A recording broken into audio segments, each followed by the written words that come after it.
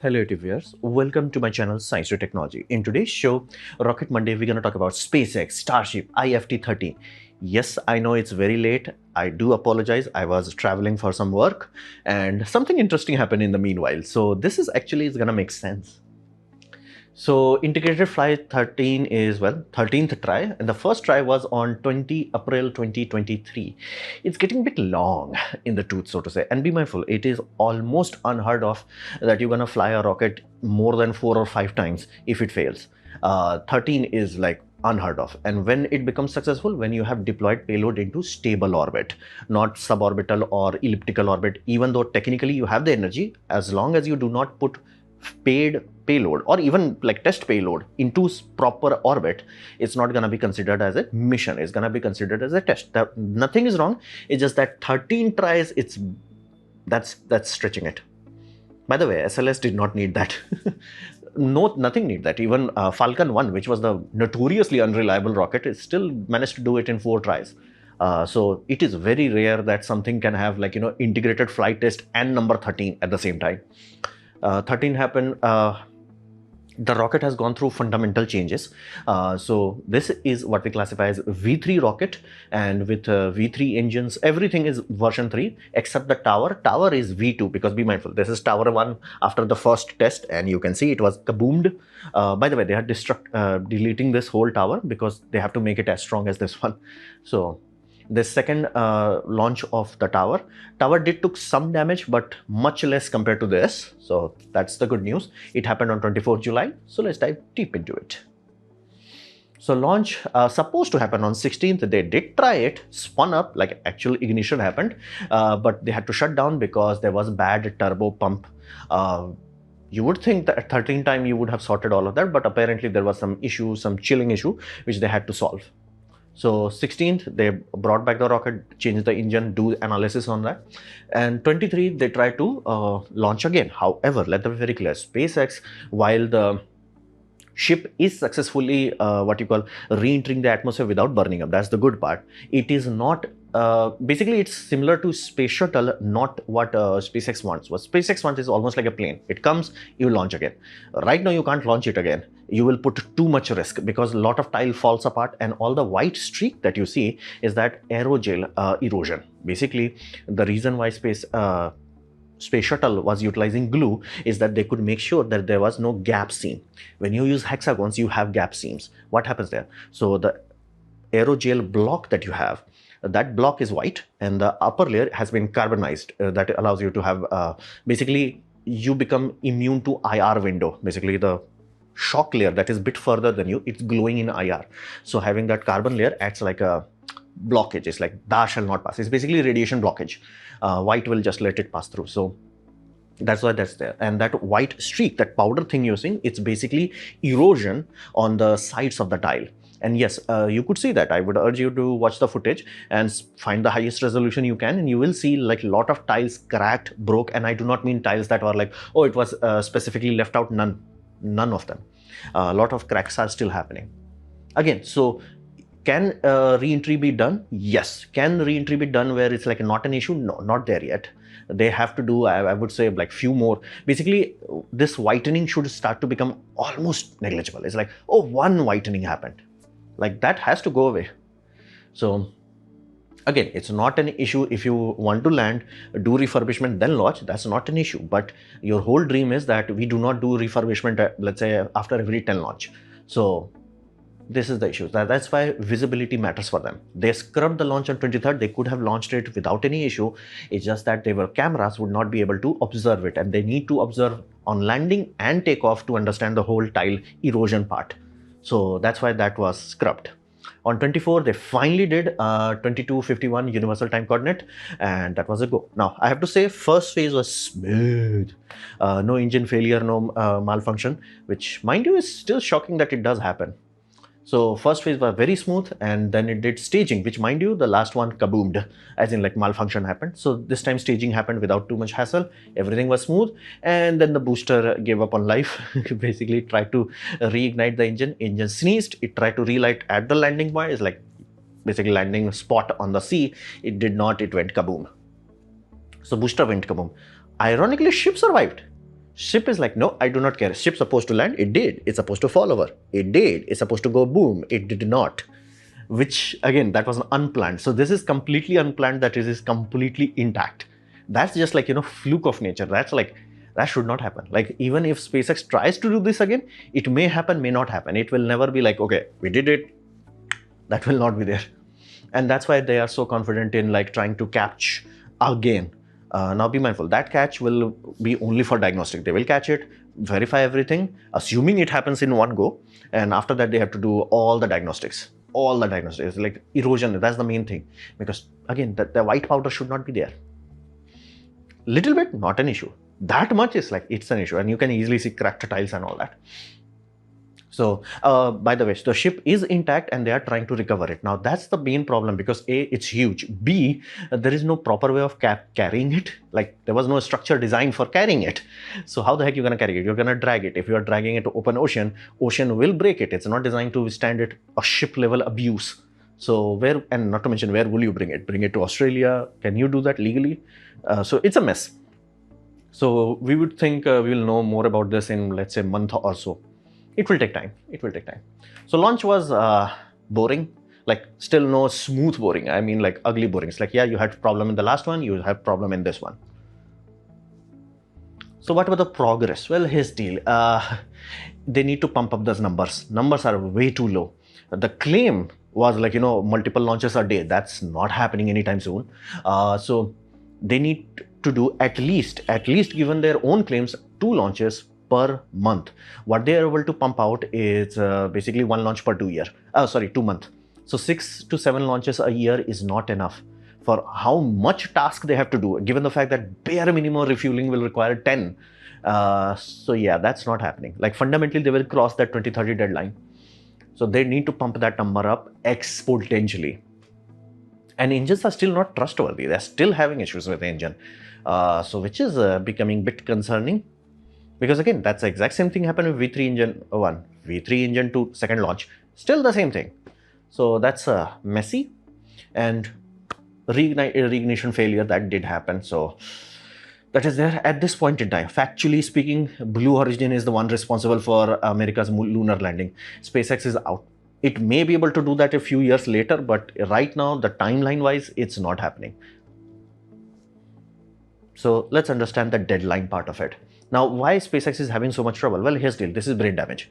This is what we call forcing a second stage of a rocket to act like a third stage. It's not. If you look into the design of Saturn V, it's a 2-stage rocket, but it had a third stage. Basically, the payload was 150 ton. In that, they had the service module.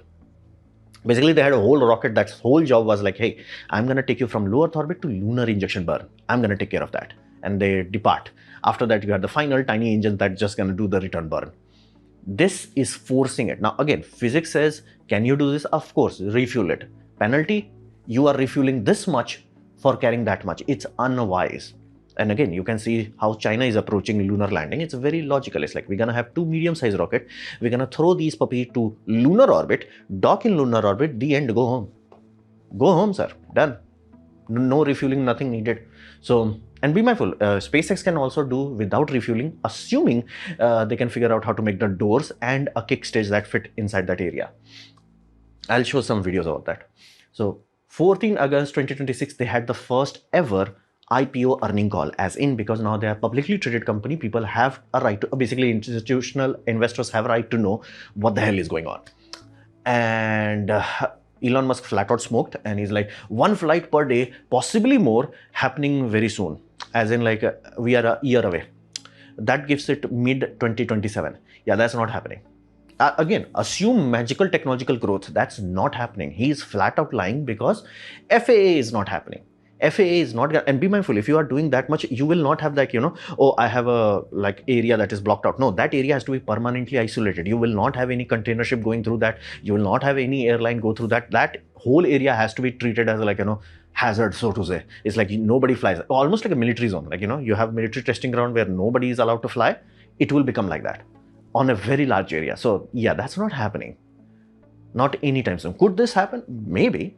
but it's going to take a while. It's not happening in 2027, not 2028, not before 2030. Again, I'm not talking about the engineering part. I'm talking about the logistics and very specifically bureaucracy. Bureaucracy does not move that fast. So why the heck he was lying? He was lying for another reason, which we call brain damage AI. So flat out, that's not happening. And not to mention, physical hardware is still not ready. You can still see people who are observing it. They still need to repair the trench. So much reinforcement, they still need to reinforce it. It's like, and every time it's like, oh, we're gonna make it stronger, we're gonna make it harder. It's like, you are almost crossing the point where the trench is like, bro, just accept, abuse. Like, that's how NASA designs it, by the way. Like, how the heck SLS exhaust can be handled? It can't. They just make it last long enough that it can be launched, and then you resurface it. Sometimes it's like that. Like, you have a lot of furnace design where they just put clay bricks, and they know that clay bricks will only last one time because that's the cheapest way of doing it. Same thing. So fundamentally, physical hardware is not there yet. They need multiple launch tower. Yes, they are reinforcing the tower number 1, but they have to do so much rework. That's, at least, I'm recording this video in August. September, maybe October, you're gonna see that to be ready, and it needs to be ready, fully tested. That's gonna take a while. So they don't have enough towers. They need 5 or 6 to do that, what they need to do. They only have 1.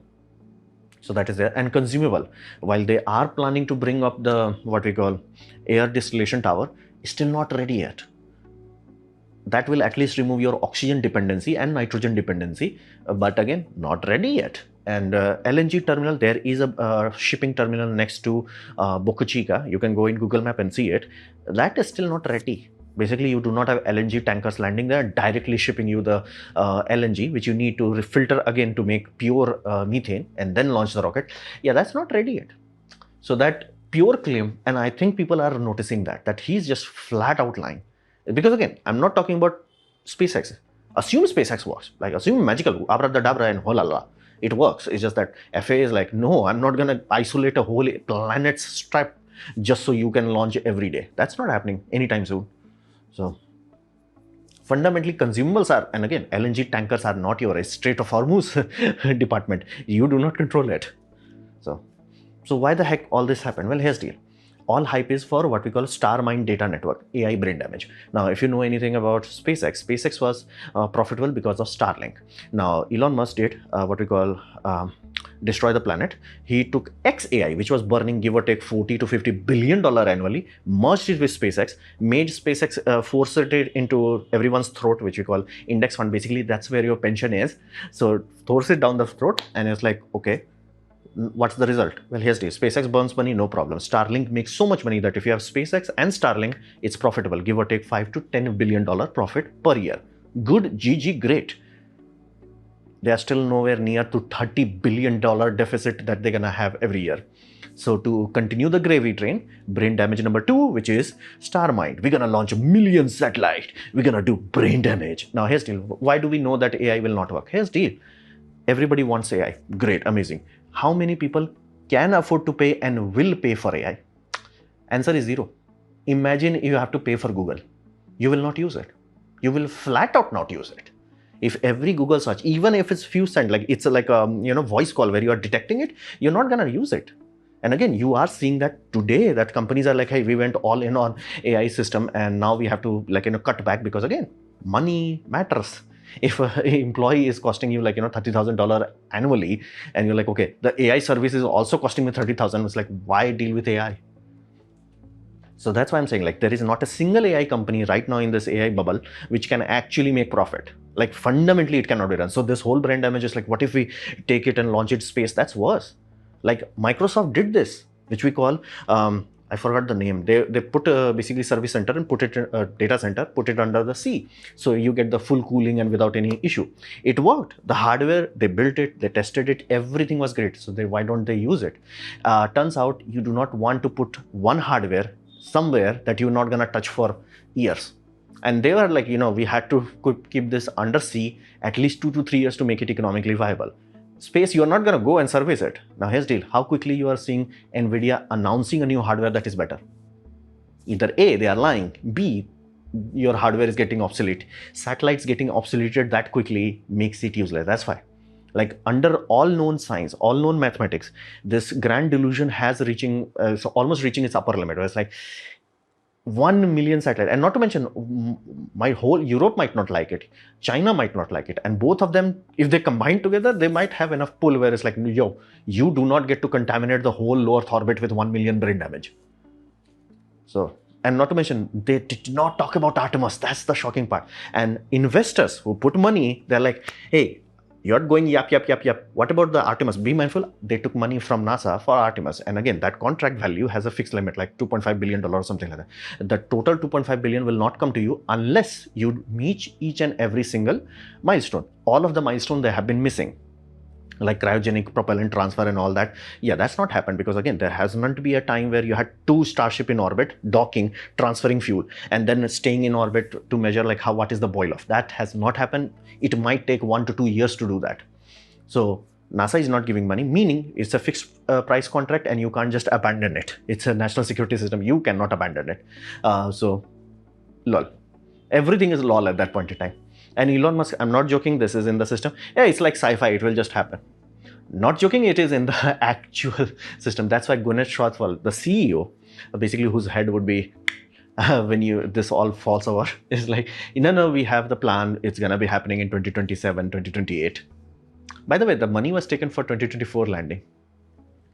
So at this point in time, practically speaking, the whole America is betting on Blue Origin because this is not happening. This is just not happening.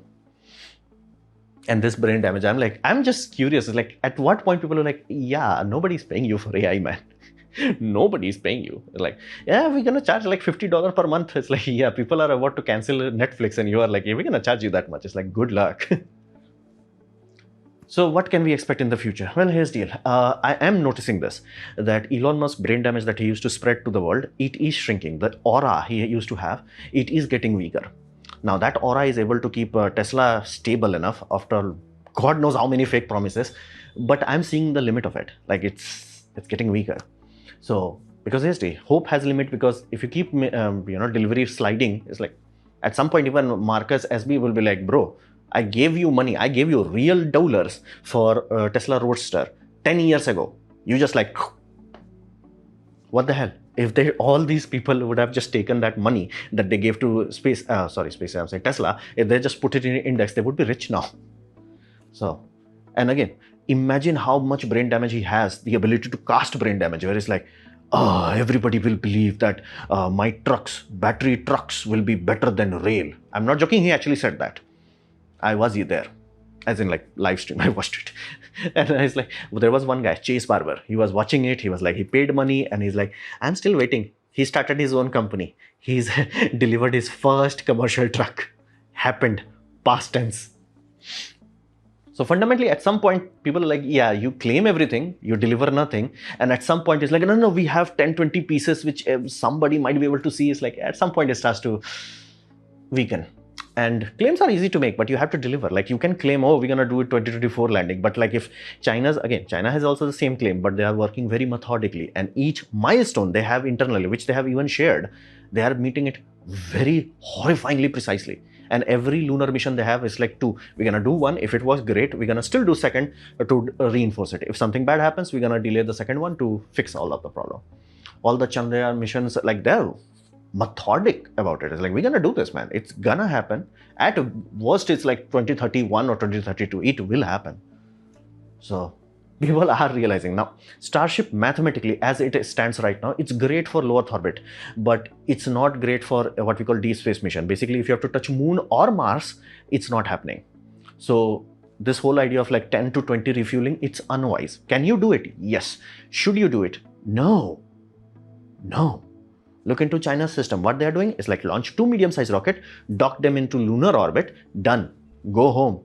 Done, sir. Mission is done. They don't have to spend as much money as Saturn V, and they can do that mission almost like every 3 months. They can do that. Afford that. It's like, bro, who cares? So this is my design that I'm working on. There is an animator who's helping me. So idea is you're gonna have your Starship. You're gonna open the door, and you're gonna deploy a kick stage. That's the whole thing that is missing. The kick stage, again, you're going to have a 2nd one which will carry the lunar block. The kick stage will have solar panel to run the cryo pumps and ion engines for station keeping. And then this puppy will dock with what you call lunar system. And this can be refueled in one go because again, it's inside the payload volume. It will have the same capacity. You dock it with lunar system and you go to the moon. Done. Oh, by the way, Blue Origin already built its same capacity. It's there. So, done. That's it. You just deploy a third stage. And again, you can refuel this if you need to. No more, they have to build a special depot ship. None of that. Launch, refuel, go. The first mission can be done with 2 launches only. 2 launches. Only 2 launches. So that is an option. Basically, they need a kick stage. They cannot bypass it. They have to have it. And second, why they are having so much trouble? Well, trouble is because the original design was carbon fiber 12 meter. 12 meter gave them mathematical advantage of what we call surface area to volume ratio, and carbon fiber was one of the best material. They switched down the size from 12 to 9 meter. That's problematic, mathematically speaking. Then they went to worst material known to man, which is steel. There is a reason why every rocket is made out of lithium aluminum alloy, including Falcon 9, including Space Shuttle, including Apollo, including every Tom, Dick and Harry. There is a reason for that. You do not go to steel. Like, again, you can force it, but you will be like, why am I still at 13th try and still haven't reached there? So these 2 things are their first option. Like, first is change the material. That will instantly reduce strain on everything fundamentally. Can't do that at third stage, which you have to, because this whole idea is like, oh, but it's a reusable rocket. We can keep reusing it. It's like, it's not reusable. It, at best, the Mark early successful variants will have 100 cycles. If you have to launch 20 cycles to do 1 moon mission, it's like, yeah, 1 Starship can only do 5 moon missions. And that much refurbishment and reviews, it will cost money. It will cost so much money that China will be like, bro, we can just mass produce. So, and IPO does make them vulnerable to vibes, meaning if whole market gives up on them, it will have a consequence. Meaning if Blue Origin actually manages to put astronauts on moon, it will have collateral damage. And not to mention, because the AI brain damage, which again Blue Origin is immune from, SpaceX just gave $30 billion negative penalty. It has a consequence. They started with $160. Right now, when I'm making this video, they are $108. They already lost $60 per stock. Now again, you might be like, that's a small thing, but this happened exactly after the earnings call. So I'm noticing that people are no longer just like, oh, Elon said it, so it's gonna happen. It's like people are waking up. So future is, well, let's hope Blue Origin does not do some brain damage thing. But other than that, there is no possibility. Right now, China is more likely to win. It's like he did not even take it seriously. It's Artemis, it's like, who cares? So this was my presentation on basically integrated flight test 13. Hopefully you have liked it, learned from it. In that case, please click the like button, share it amongst your friends. If you have enjoyed it, click the hype button. If you didn't like it, didn't enjoy it, I urge you to press dislike, press it twice to show me disappointment. Please leave a comment because I do try to reply to all of them. Subscribe, press the bell icon if you're free, and as always, thanks for watching.